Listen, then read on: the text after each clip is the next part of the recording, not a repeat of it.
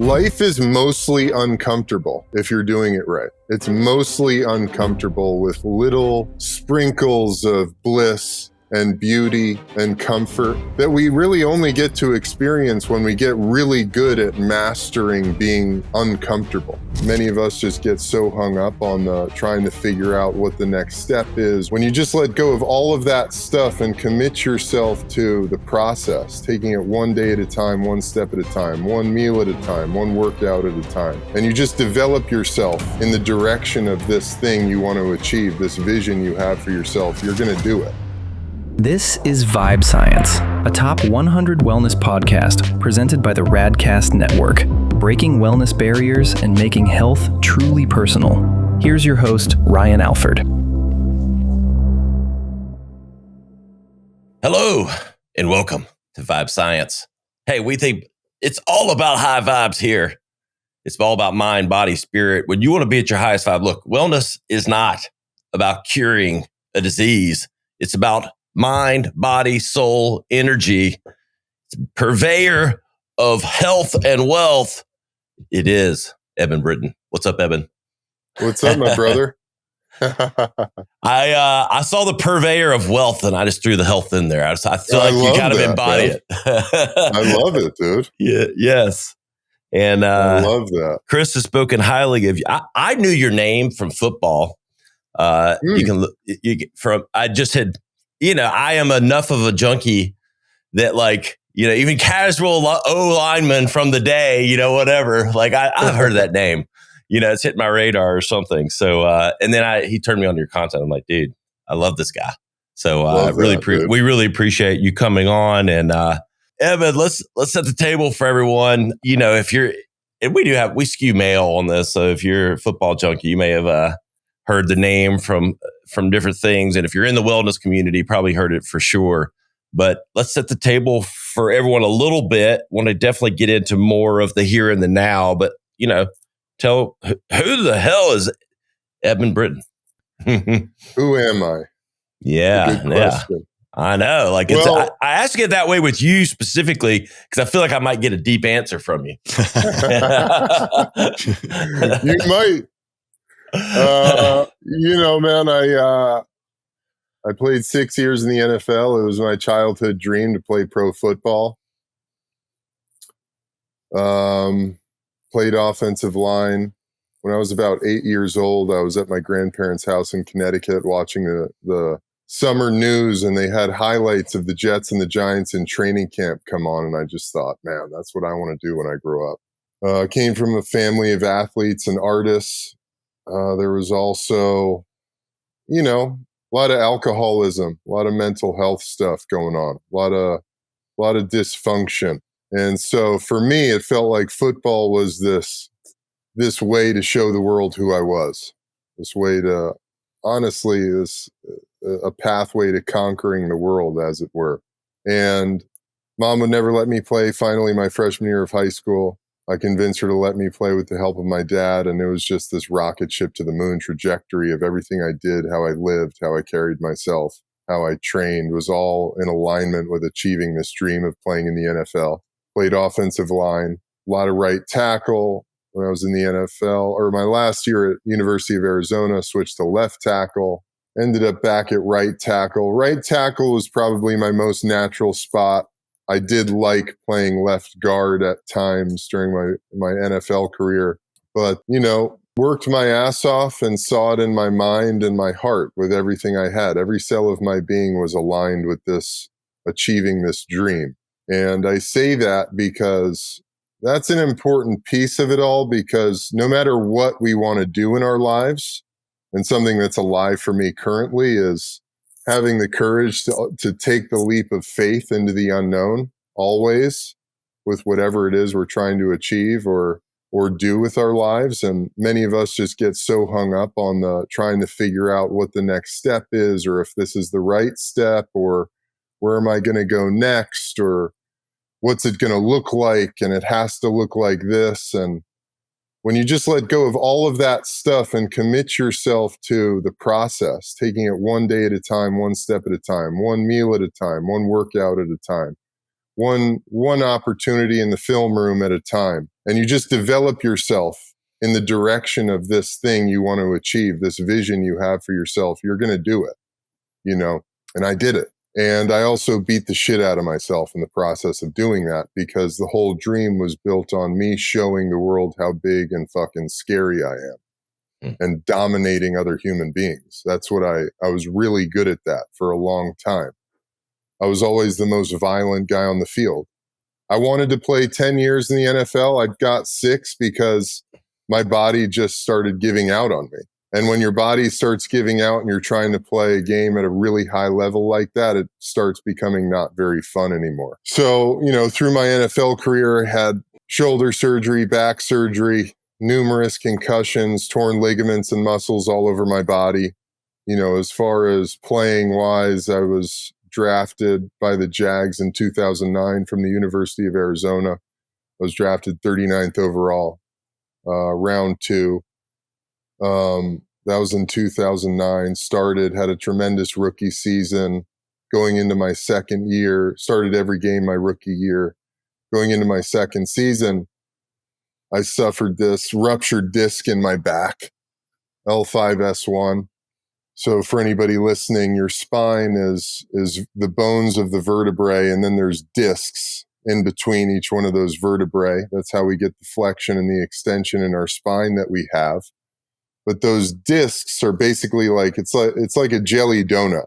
You know, it's this disc filled with fluid, and you hear some people talking about slit discs, which is actually not as common as we perceive it to be. The discs don't really slip. They bulge or they rupture. Mine ruptured. So the disc basically bulged. It was compressed incorrectly. The disc bulged and then it exploded and was oozing this liquid out onto my sciatic nerve, which caused unbelievable pain.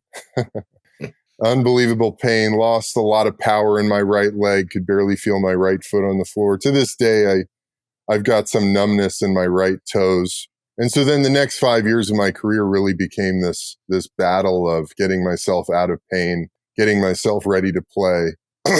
And that takes a toll, you know, it takes a massive toll. Every guy in the NFL is doing something to the extent that I was going through. You know, every guy is playing injured. Every guy's dealing with a massive amount of pain. And we just grind ourselves to the bone until we can't anymore, essentially. And some guys who are really lucky, you know, there takes some luck to get to those 10 plus year careers. Luck and a lot of savvy. You know, guys, the veterans always used to tell me, Eb, don't practice so hard. I was like, fuck you talking about, dude? Don't practice so hard. I know one speed, man. Yeah, one gear. You know? And that's not how you stay a pro for a long time. You know, you learn how to practice in a way that you can get the rep and not destroy yourself. So, you know, I beat the hell out of myself, man, trying to prove a lot. And when I came out of the NFL in 2014 was my last season. So 2015, you know, it was a slow process into just surrendering my football career, which I was definitely getting the whispers, you know, handful of injuries. My last year in Chicago, halfway through the season, I had a ruptured appendix. You know, like there were all kinds of just the universe was like, Ed, you know, it's time to move on. And I had that moment one of the last weeks in Chicago where I was sitting in the film room. I just sort of started coming back from my appendix, and I was sitting there watching film, watching myself in practice, and I thought, God, what the fuck am I doing here? I got to pop pills just to sit in this chair. I'm in pain from the top of my head to the tips of my toes. God bless this coach back here, but he doesn't really give a shit, dude. If I walked out of here tomorrow, he'll put a rookie in my spot, no problem. Like, this is just, I'm sitting here thinking it's glorious and I'm just killing myself. So when I started, I felt I had that feeling that probably all athletes experience at one time, which is that I'm not in love with this anymore, and I'm not willing. There's a million places I'd rather be, was the thought. And if And you're let's be having honest, that you were thought, playing with the Bears. the You year were was not competing. going well. You weren't competing for a title. You know? Yeah. and that pays me as an old Bears fan as a kid, but it's just the truth. The last 10, 12 years. Oh, it's true, man. It's true. Yeah. I had a rough go with the teams I was on. I mean, the best team I think I was ever on was my last year in Arizona. We went 8-5, beat BYU in the Vegas Bowl, and that was a tough team. I was on tough teams. I wasn't on teams that won a whole lot, though. Yeah. So I came out of my football career and was completely shattered. I was physically, mentally, emotionally. My last year in Jacksonville, I'd been benched halfway through the season when I was attempting to play on a bad left ankle. Got benched and just totally lost. I've told this story a million times, so I'll give the cliff notes. But I was benched and just completely lost my faith in the game. I always looked at the football team as my family. I gave everything I had to the team. I would have literally died on the field. That was just who I was as a player. And when I got benched, it just absolutely crushed me because I was attempting to play through an injury that they told me I could play through, and I kept saying, "Hey, I'm not ready to go." And it's like, we'll tape it. We'll give you the Toradol shot. We'll do this. We'll get the pills in. You'll be fine. And there I go. I'm starting at left guard against the Bengals, going against Geno Atkins, and just getting my ass kicked, and get benched. And I'm like, fuck you guys, And the business of football is what it is, So when the business really started to make itself known, I lost the heart. So I come out of my football career, I have no confidence, no idea who I am. I've spent, the majority of my life getting my validation through dominating other people, and that's gone. So who am I? What am I? What do I even like? I don't know who I am. I have no idea what I'm even interested in. And so, around 2016 started on the long journey of figuring all that stuff out. Here we are. We are, dude.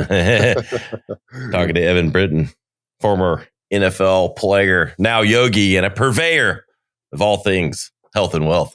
That's right, dude. Because look, we've all been there, like in different ways. I mean, you did it at the highest level. I mean, at the most elite level. I mean, people really don't understand how elite NFL athletes are. Like, how few, there's billions of people walking this planet, and how few people have what it takes to do what you did. So you did it at the highest level, but then that's all you had done. And so it's like that flip. I mean, how do you find that purpose? It's a great question, dude. And you're right on. I would say that in my experience has been that the task is to master ourselves. It's to master our mind. It's to master the inner atmosphere that we experience. And you can do that through meditation. You can do that through breath work. You can do that through plant medicine. You can do that through life. Every interaction that we have is an opportunity to see who we are underneath the skin, under the surface. And something I was thinking about this morning, because, dude, really at the end of the day, what does it come down to? When you're a master of yourself, it means that you're no longer a ship that's victim to the tides of life, the storms of life, because we're going to face adversity. Life is mostly uncomfortable if you're doing it right. It's mostly uncomfortable with little sprinkles of bliss and beauty and comfort that we really only get to experience when we get really good at mastering being uncomfortable. And you think there's a lot of ways to experience discomfort, and a lot of us experience it just in the flow of our everyday life. But you think of discomfort and you immediately go like, an image of David Goggins running for 45 miles on broken ankles comes to mind. And you're like, oh, fuck, that's discomfort? Holy shit. It's like, yeah, that's one version of it. Getting into an ice tub, doing 90 minutes of hot yoga where you feel like you're literally going to combust, doing an ayahuasca ceremony. These are all various forms of discomfort, but the one that we don't really spend enough time thinking about, talking about, understanding is the discomfort of our own emotional energy, the energies that move through us, the bad feelings we have about ourselves, the sadness, the grief, the shame, the guilt, all of these things that are also much subtler forms of discomfort, but it's still discomfort. And it's actually this discomfort which causes us to be reactionary, to lash out, to make a rash decision, do something that fucking causes damage or wreaks havoc in our relationships. And so the more we can master ourselves into feeling that stuff, because I've been meditating now for just about 10 years, every single day. I'm a different human being, and I still feel shit. I still feel heavy emotions. I still have emotional suffering. I still feel that stuff because I'm a human being. And until I leave this body, it's going to be a part of the deal. And so the only option I have, because we're never going to get to a point, you see these love and light people on Instagram, and it's a nice idea, but it's not real. It's not real. We all go, what the fuck are you talking about, love and light? Because it's not real. Your relationship to it can be loving. You can go, I'm not going to push this away, because eventually that's where we've got to get to, is we're not in resistance to what is. So many of us spend our entire lives in resistance to our reality. We're trying to go, I don't want to see it. No, not that. I'm not going to feel that. I'm going to do this.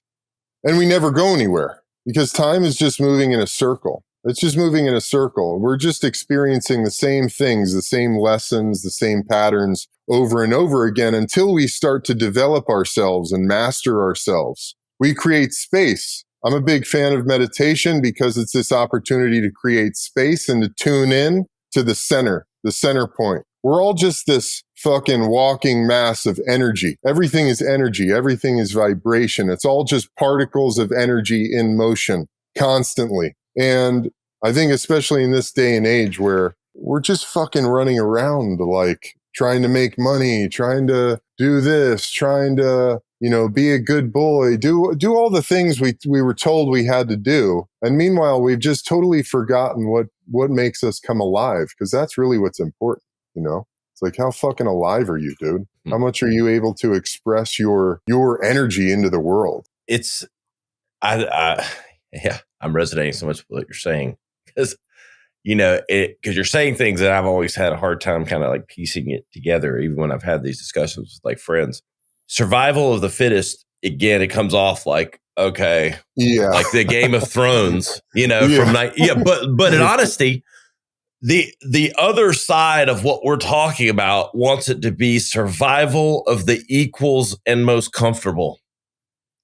And that's not reality, because none of the other jobs, none of the other innovations, none of the other sort of greatness that happens around us happens in a world of comfort, equals, and without someone having an edge of wanting to maximize their ideas or innovations themselves.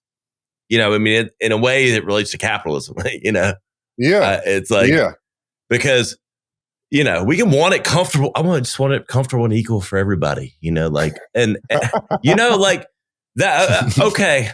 It's like versus survival of the fittest. I mean, some people might argue that those aren't opposite things, but they are. Yeah. Because when you're comfortable and equal, you don't have more skills. You don't have more ability. You have no motivation to get better. You just want to, have Twinkies and watch TV all day. I mean, or be that facsimile, absorbing everything else versus creating, versus stimulation of ideas. And it all goes to hell in a hurry if we get on that other side too far. And I think that's the wake up that's happening now. Yeah. Yeah. Isn't it such an interesting paradox, man? Because the comfort leads to a really dark place. The Twinkies and the sucked into the technology on the couch leads to a really dark life experience that feels fucking horrible. It's comfortable in the short term, but it's expensive as hell in the long. Well, I think we're dealing with the ripples of that now. I think as a society we're seeing now, especially the younger generation, they didn't know any different and it's not working. And they don't. And I think the only thing like men, what you talked about for some of these kids to hold on to was like when they played sports, like the glory days, right? Where even what you said with the jujitsu, I've felt that call like the last 6 months too. Like never done combat sports, always been skilled with firearms. But even, it's funny, I was at a ceremony, actually, a plant medicine ceremony last month. Buddy shows up, never met him, recognized him from Instagram with another Navy SEAL buddy of mine. Turns out he's a private contractor, trains jujitsu. Yeah. And he's like, yo, bro, I'm always looking to train other people. And I was like, because like you go, I don't know where to begin. I've never done this shit. I don't know if I'm going to like it. But it's even what you said. I just want to see what I'm capable of. And every person I've talked to in combat sports, the first thing they say is never the physical, it's the mental. Everyone always tells me what is done for them mentally more than, oh, I could go beat someone's ass. It's more like, man, my patience or my mental strength has my clarity. But yeah, man, I've felt that call too. And I think more now than ever, we've lost what we used to have to do just to survive because of the comfort, which is manual labor, right? Physical exertion. Comfort is killing us quite literally. I mean, even when you said carrying your children, I saw a picture yesterday. It was from a hurricane, I think here in Houston. And you see the rescue worker, big dude carrying little girl's dad's in front of her carrying her shoes. And it said, don't be the guy carrying the shoes, right? Like you're not even capable of carrying your own daughter out of a natural disaster. And that rang so true to me where it's like, all right, I'm not planning for a doomsday, right? But I want to know that I'm capable if I need to be. Yes, dude. And that's for no reason external, more myself, just for me, for my own peace of mind. Like you said, it got you more peace. Yeah. Well, that's the crazy, right? Difference, man. Getting into combat sports has brought you more peace. Yeah. Everything is invert. Yes, dude. It's fucking it's really interesting. I bought a houseboat a couple years ago, and I grew up with a dad that's a general contractor and a family of Alfords that are all really good with their hands, tools. And I don't know if it's because I was around it all the time that I fought it. I was always more I'm a marketing guy, technology, writing, the arts, I guess, creating. And my dad's a creator too. He's creative, but like with his hands, he can whittle, this table in front of me in, 2 hours together, but I was always fought it. And then I started getting into boats. And let me tell you, how you make yourself real handy? You buy yourself a boat because there's number one, it stands for break out another 1,000. And number one, I got tired of paying people and waiting for people to fix things. And you know what? Like my dad came this weekend, stayed with us on we go every weekend. It's beautiful. It's a wonderful thing. And, we had a couple projects. My dad, came and stayed with us. He's always handy. And I would always call him my dad. My dad would come over like my house growing up. I'm 47 years old, but even at 35, Dad, could you come help me? I got to put a couple lights up. I could, twist a screwdriver or whatever. Anyway, he came over this weekend, and I did like 95% of the work, and I was kind of like, he did a couple things with some wiring and stuff or whatever, and he was like, I never thought I'd see the day, but you're pretty fucking handy. And I'm like, you know what? Yeah. And I said, the boats kind of made me that way, but now I enjoy it. Now I enjoy doing the work, and I have because when you own a houseboat, it's like owning a house, but you have to learn how to do everything. Like it's plumbing, electricity, wiring, cabinetry, leaks, everything. I mean, like, yeah, dude. And this isn't like a piece of crap. This is a luxury houseboat. But you don't want to be waiting on your houseboat, you're not waiting because you use it so little. At home, okay, the repairman will be here in a couple of days. Well, that's your house you're in all the time. Right. The houseboat's supposed to be luxury, leisure, and all that. You don't want to be waiting. Yeah. So you're going to spend 2 hours to do it yourself. But back to sort of the skill sets and learning things and the value of that and feeling, I think there's something to be said for that and something to have, I don't know, confidence in, but also like purpose and, and if shit hits the fan, I'm a lot more handy than I used to be. Yeah, absolutely, man. Absolutely. You're talking about the feeling that I think a lot of us have lost touch with, Yeah. Because there's convenience. I used to just call someone. Yeah, call the guy. Call the handy guy, man. Yeah. Call the whoever. And it's, dude, man, we're pretty simple creatures, dude. We need to, it's important for us to have a mission, to have a purpose.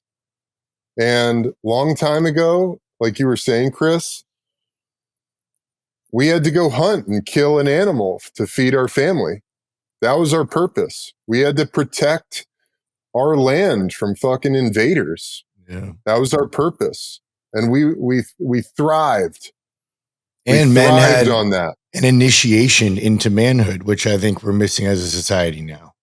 Oh yeah, 1,000%. Well, again, I don't know. I think it can be argued any which way you want that men are intentionally and perhaps unconsciously, they're attempting to destroy men in various ways.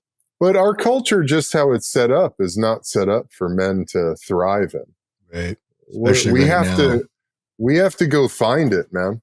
Yeah. Like we have to live our life in a way that creates the purpose. Yeah, but we could talk all day. Yeah, we could, bro. And I'd love to. But we got to let you go. And I got another show at 2:00. So yeah, man. Where can everybody keep up and learn more about your programs, what you're doing, some of your events, all that stuff? Give us the deets. Brother. Yeah, really appreciate you guys. Totally. Thank you for having me on. Anybody who's interested, check me out on Instagram at EDS Britton. My podcast is The Ebb and Flow. I've got a group mentorship program. We do weekly live calls on school. That's called Life and Flow. You could hit the link in my bio on Instagram to join that. We did our final event of the year a couple weeks ago, as I said, but stay tuned. We've got Heal and Flow in 2025. That'll be on the calendar soon. And that's it, man. Just appreciate you guys. Appreciate the opportunity to come and share. And thanks again. Yeah, man. We look forward to collaborating on other things. Like we could, for sure. Book on Amazon. Check it out. Check out my book right there. It's on Amazon. Ebb and Flow. We'll have amazing links to all the content in our show notes and on our website, vibescience.media. Hey, we're trying to take you to your highest vibe. The only way to do there was mind, body, and energy. And Evan's got the energy. We love it. We appreciate you, brother. For Chris Hansen down in Miami, I'm Ryan Alford. We'll see you next time on Vibe Science. The content discussed on this show is provided for reference and educational purposes. The content is not an attempt to practice medicine or provide specific medical advice. Always consult your personal physician for medical advice and proper diagnosis. Thanks for listening. This is Vibe Science. To learn more or watch full episodes, visit vibesciencepodcast.com. Here's to discovering your highest vibe.